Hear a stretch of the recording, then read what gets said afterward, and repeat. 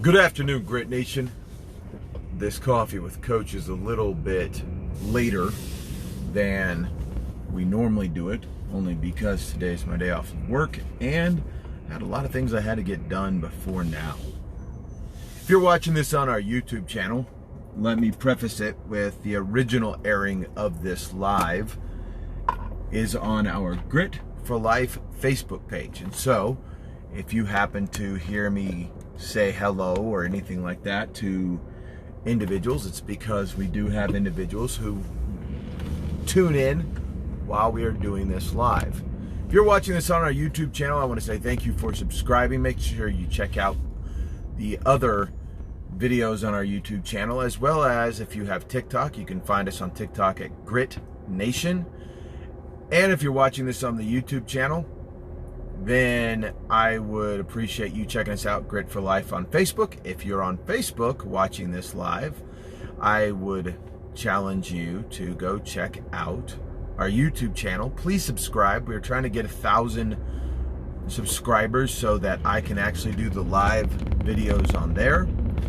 And then as well as you can again find us on TikTok at Grit Nation. Today we're continuing our series that we started with Coffee with Coach, episode 30, on the warrior mindset. Today's video, today's live, is, sorry about that, is focusing on a quote by Sun Tzu. Now, if you're not familiar with who Sun Tzu was, he was a general. He had his book, Art of War, is one of the easiest books to read in the way that it is laid out. It is laid out almost like in diary entries, as well as it is still used by military leaders to this day, and absolutely can be used in our daily life, especially if you are one who is looking to cultivate that warrior mindset. When we think of a fighter, a warrior, we talked about this in episode 30, we think about that individual who will stand up and fight when the fight comes to them, that individual who is strong and tenacious, that individual who has a lot of gall in their gut, they've got that steel in their blood. We think of many times when we talk about warriors or soldiers, we think about what they appear to be like in the midst of battle. And that's understandable because that's where they get to be a warrior. That is where the essence of that warrior mentality, that soldier, that hero, that individual who will sacrifice and put themselves on the line. They will place their own selflessness ahead, and they will put others before them. That custodius mortalis, that guardian of mortals. The thing about it is, when we really truly want to understand a warrior mindset, we want to cultivate that warrior mindset. We have to look before the battle. You have heard me say this over and over in a lot of different coaching and videos about how battles are won in peacetime. Battles are won in training. That's why we have the name that we have, getting ready in training for life. Grit for life. But this is not something new. This is not a brand new, awe-inspiring principle that I or anybody else recently just clarified. It's not like there is an amazing general in the last, 30 years, last 50 years who just woke up and said, well, I'll be. We won that battle because we prepared before the battle. This comes into play many times with soldiers who spent time training and preparing and actually never saw combat. You say, what do you mean by that? So I am one of those soldiers. I am a soldier who, when I was in the Army, I served in peacetime. My deployment that I went on while I was in the Army, active duty, was a peacekeeping mission. I spent years preparing to be the biggest and baddest mofo on the battlefield. Never actually saw the real combat. By the time that combat came to our knowledge and understanding, and it became a way of life and the essence of the war we've been fighting over the last 20 years, I was in a different branch of the military. I was in the Air Force. And my job and role in the Air Force was to support the combat mission, not actually be boots on the ground. For a lot of soldiers and Marines and individuals who have been in that position, there is a sense of guilt. It is like being on that NFL football team and you are the backup. And your team goes to the Super Bowl and wins the big prize. My brother Weathers. Your team goes to the Super Bowl, wins the big prize, and everybody on the team gets a Super Bowl ring, but you're like, wait a minute. Yes, I was there at every practice. And yes, I gave it my all, but I sat on the bench, and so I guess you're kind of proud to have the Super Bowl ring, but every time you look at it, you're like, I didn't actually play the game. And there are soldiers and military members out there that do have that feeling, especially when I know that I have members such as Weathers who has deployed. I have brothers who have been deployed several times. I have military brothers and sisters who I've lost over there. I have military members and military brothers and sisters who are struggling with the aftermath of the battle over there. And so sometimes I go, well, why did I even train? Why did I even do it?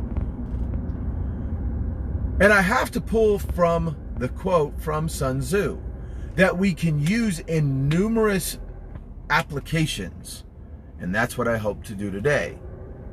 Sun Tzu says the general, and I'm going to paraphrase because I can't remember the full way he states it, but Sun Tzu in The Art of War states, the general who evaluates and calculates in his temple will be the one who wins. The general who loses is the one who attempted to calculate on the battlefield. And when I first read that quote, that Sun Tzu quote truly hit me because it truly gave me an understanding. And as I said, that whole idea that war is not won necessarily on the battlefield, that the war is won in training and peacetime. It's not a new concept. As we hear from Sun Tzu, we hear that he says, the general who will win will be the one who did his calculating and evaluated his calculating in his temple. What is a temple? It's that moment of peace. We think it's that moment where an individual becomes centered. That individual is not in conflict, unless that conflict is themselves, but they are finding that moment of quiet meditation and peace and evaluating all the different aspects of what they need to do when faced with combat. And Sun Tzu says, the general who simply makes his calculations on the battlefield will be the one who loses. Why is that?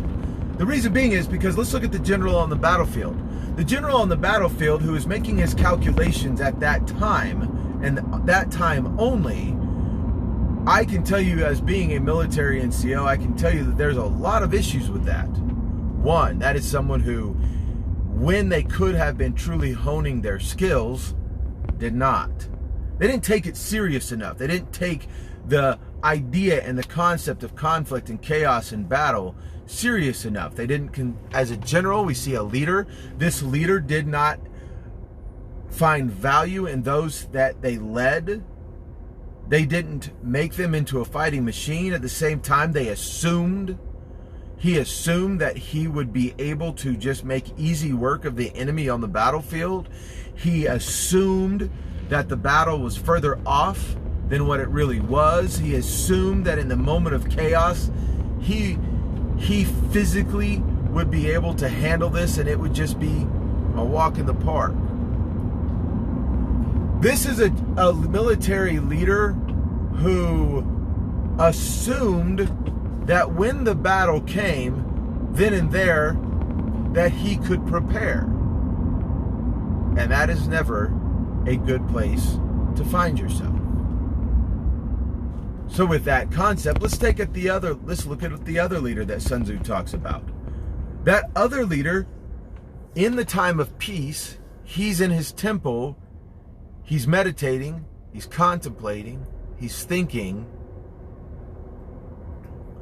Well, this appears to make no sense, because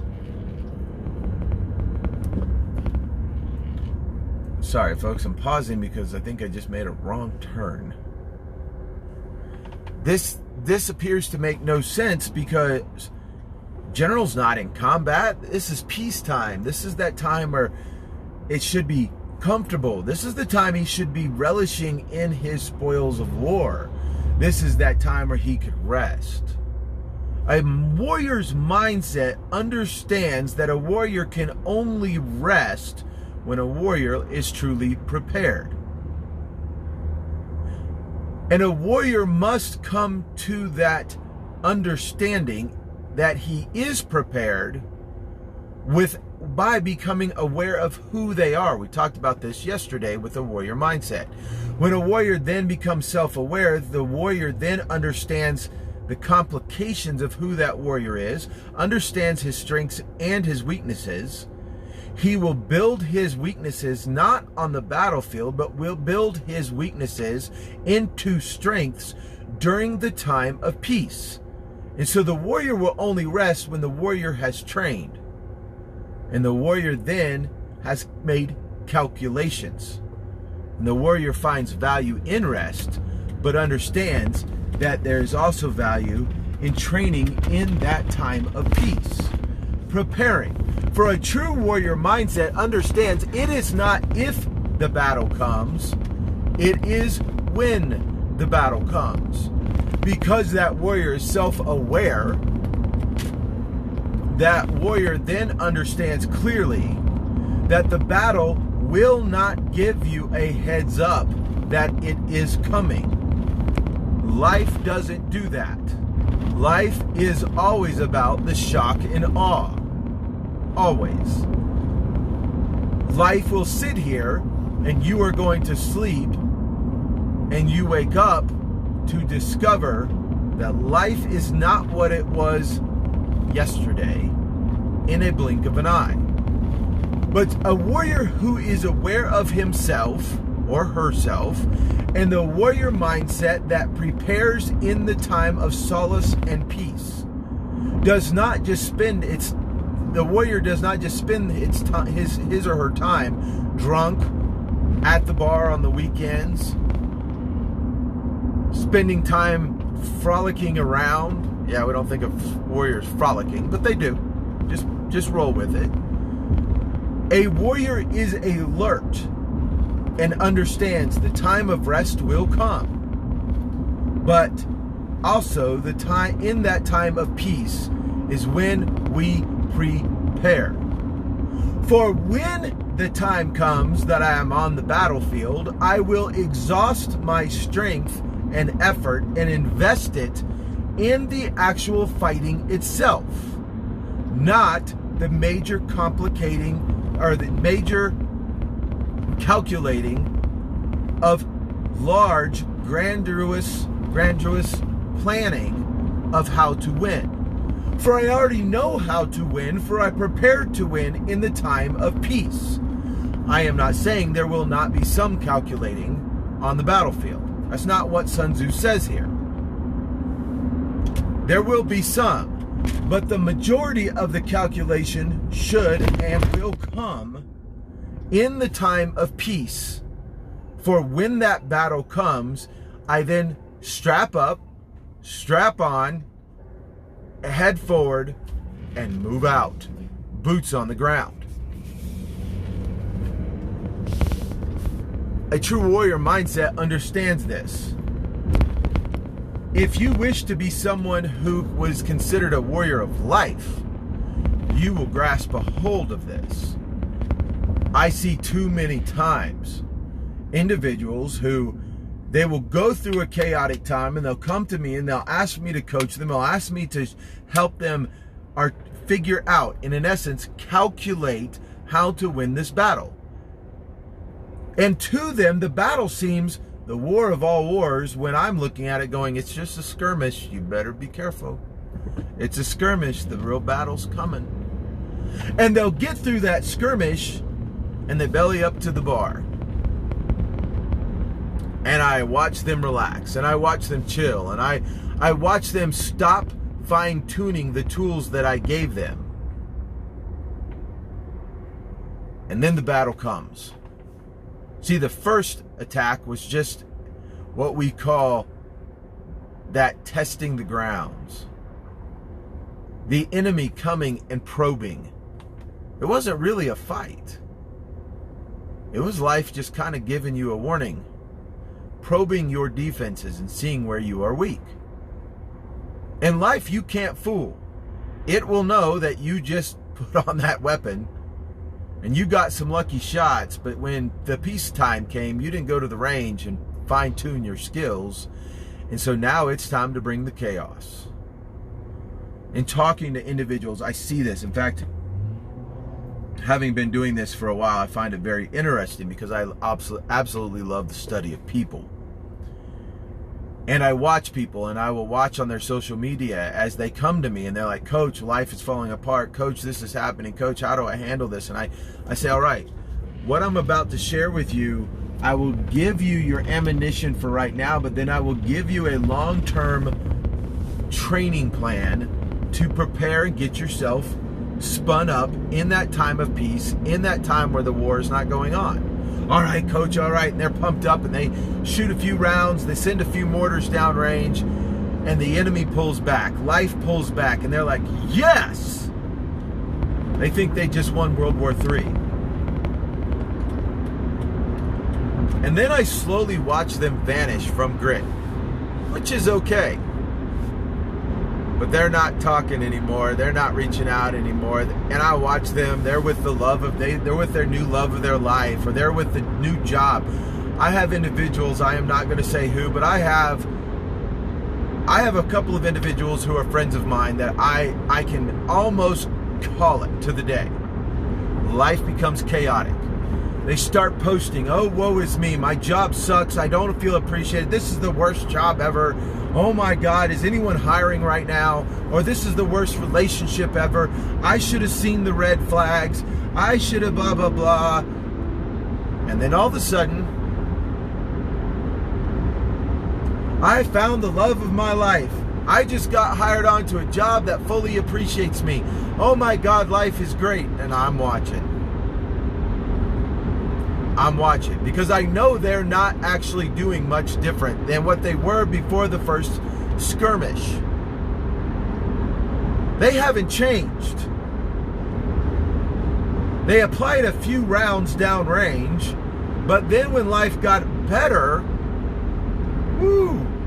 And for those who have trained, those who've been in combat, we know that moment right there. That's one of the scariest moments in war. That moment where you knew you got probed. That moment where you knew the enemy was testing, and all of a sudden, everything gets quiet. You don't see the enemy. There's no rounds coming in. Everything just simply got quiet. To the individual who is making their calculations just on the battlefield and has not spent time in peacetime training and learning and evaluating and reevaluating their own strengths and weaknesses, that individual who's not very aware, that's the individual at that quiet time that decides to pull out their MRE and open it up and start eating the Skittles or the charms out of it. They're that person who takes their Kevlar off. They're dusting off their uniform going, whoo, look at that, boys. Look what we did. If that person was wise and very self-aware, they would look around and realize the veterans, they're still looking out. Veterans still have their guns locked and loaded. Their veterans still have their Kevlars on. Veterans are grabbing a piece of beef jerky out of their front of their vest, popping it in their mouth and chewing on that. Because the veterans are very aware. They trained for this moment. The battle, the real battle, is about to come. And all of a sudden the sky is lit up with anti-aircraft rounds, mortars, RPGs, assault weapons,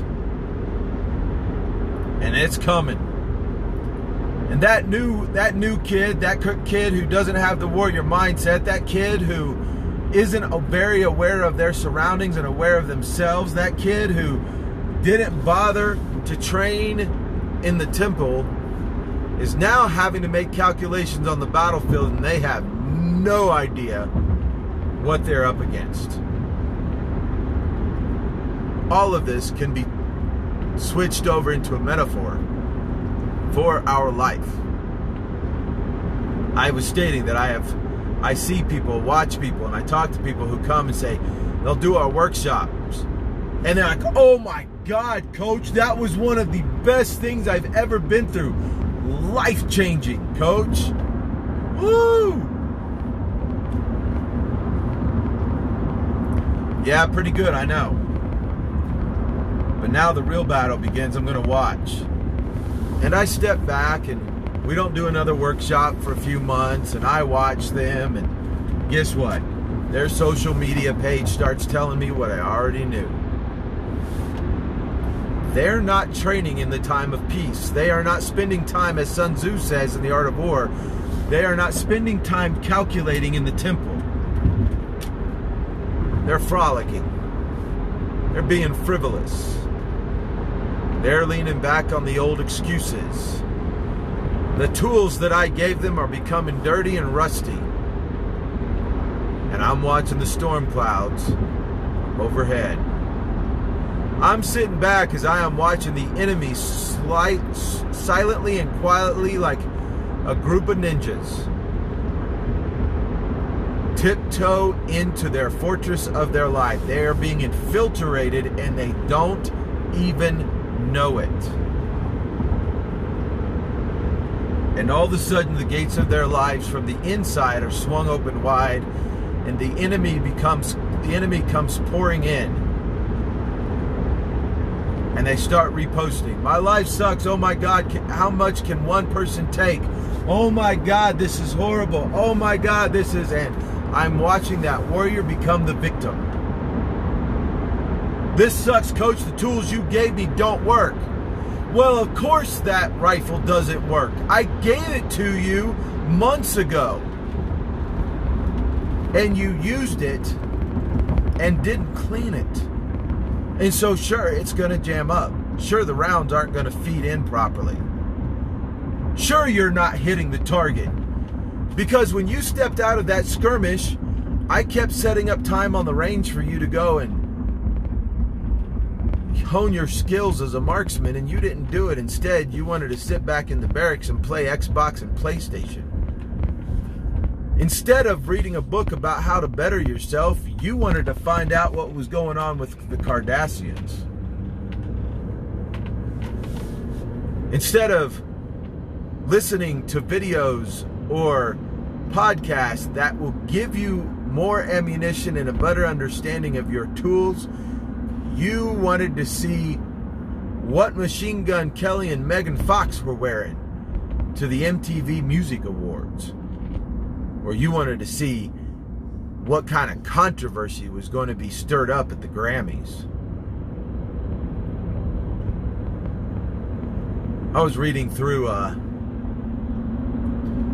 news organization. I was reading through their website the other day, looking at all the different headlines, and I was watching all the stuff about all the things that are going on in the world and how our government, what people are doing and all that. And all of a sudden, right smack dab in the middle of it, this big headline: Kanye West unfollows Kim Kardashian on Instagram due to divorce.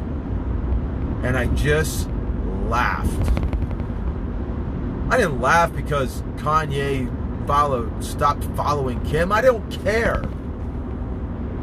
I laughed because, unfortunately, there are individuals out there who actually do care enough that this major news organization made that one of their headlines. That's sad. That's sad.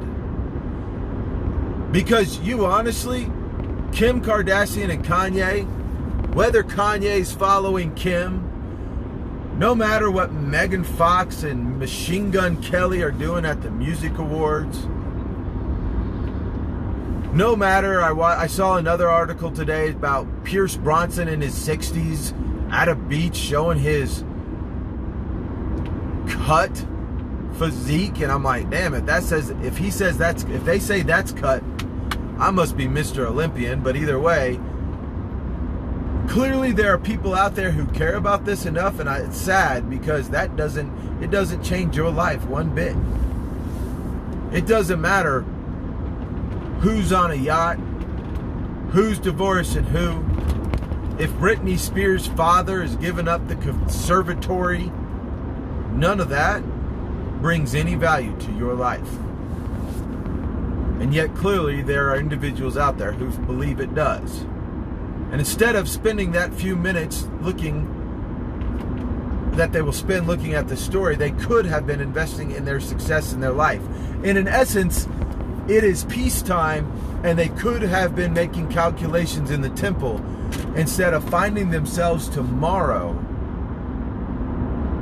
in the middle of chaos, trying to make calculations on the battlefield. Where are you making your calculations at? What are you spending time doing? When things get easy, do you just decide to give it up and revert back to the easy way of life?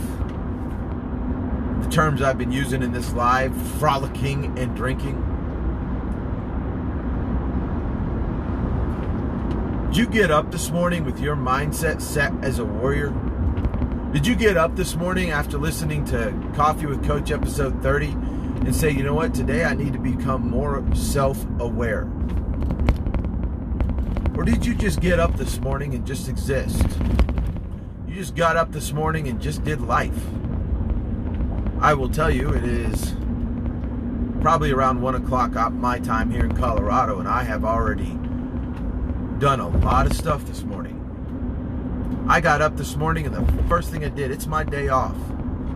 The first thing I did was I said, you know what? Let's put something on about a warrior mindset. I listened to it a couple different times, the same video, and then I went and read some stuff out of Marcus Aurelius's Meditations, the Stoics, philosophy. Then I took my daughter to school, ran my truck over, which I'm driving right now, to get emissions test done, and I was fully prepared for this truck not to pass emissions, which meant we would have to sink a lot of money into this truck that we don't have right now. I already had my warrior mindset on. What do you mean, Coach? I was aware. You see, I was aware that if my truck did not pass today, that'd be a pretty big thing for me. That big battle I would have to figure out how to fight. And so I was asking myself as I'm driving there, before I knew All right, what I have some stocks I can sell and get rid of, even though that's toward retirement, but I'm not going to retire right now. This is the battle I'm probably going to face this second. We talked about yesterday being aware of yourself within the situation. The situation is there's a good chance my truck's not going to pass inspection. Plus, I have a lot of other stuff to get done today that I don't know how I'm going to get done. Plus, I want to do a coffee with coach time today. But if my truck doesn't pass inspection, how will I handle that? Well, I can sell these stocks to try to get money to fix the truck. I understand I will be really stressed out, so I'm aware of what I will be within the situation when it arises. I know that can affect my attitude, and my children, my wife is out of town right now, my children have me, they don't have her to buffer, so I have to be very self-aware of my response so that I do not cause unneeded stress to my kids today. My response is my responsibility. All of this is being self-aware of myself within the situation, but in essence, in my temple, because the chaos hadn't started yet. I get to the truck emissions place, and the line is longer than I expected. It's going to make me late for the rest of the day. But I know that these people who are working here can't control that. They can only go so fast. But I am very self-aware of my presence within the situation, knowing that they are probably stressed out themselves. I pull my truck up and I get out, and the lady looks at me, she goes, "I am so sorry, sir, for the wait." And I look at her and I go, "You know what? I want to say thank you for being open and being here today and doing your job to the best of your ability." And she looked at me and almost cried. Now, I'm saying this to the person who's going to run the test that probably is going to pass or fail my truck's emissions. Not on her, though. I'm aware of it, and I'm already aware of what happens, what I am going to do when the truck does not pass. And I wait for the time for the truck to go through an emissions test, and in the end, I put in my card, because they don't tell you whether you pass or fail until you pay for it. I pay for it. The guy pulls the thing out of the printer, and he looks, he goes, "Okay, well, your truck passed today. Have a good day." And I looked and I smiled. Because see, this morning I started off with that quote that I started this coffee with coach with. This morning I started off preparing myself in my temple and making calculations. This morning I started off with the warrior mindset. This morning I started off with self-awareness, and then understanding that the battle is won in the temple, making calculations during the peacetime instead of trying to make the calculations during the time that the shells are falling, the bombs are exploding. And I walked out with a big smile on my face, because I said, this general who wins is the one who makes and evaluates his calculations inside his peacetime, inside his temple. The general who loses is the one who does not evaluate and makes calculations on the battlefield. I was self-aware. We talked about that yesterday. I got myself in the warrior mindset. I used the tools. My response is my responsibility, understanding to prepare for what you will do when the situation arises.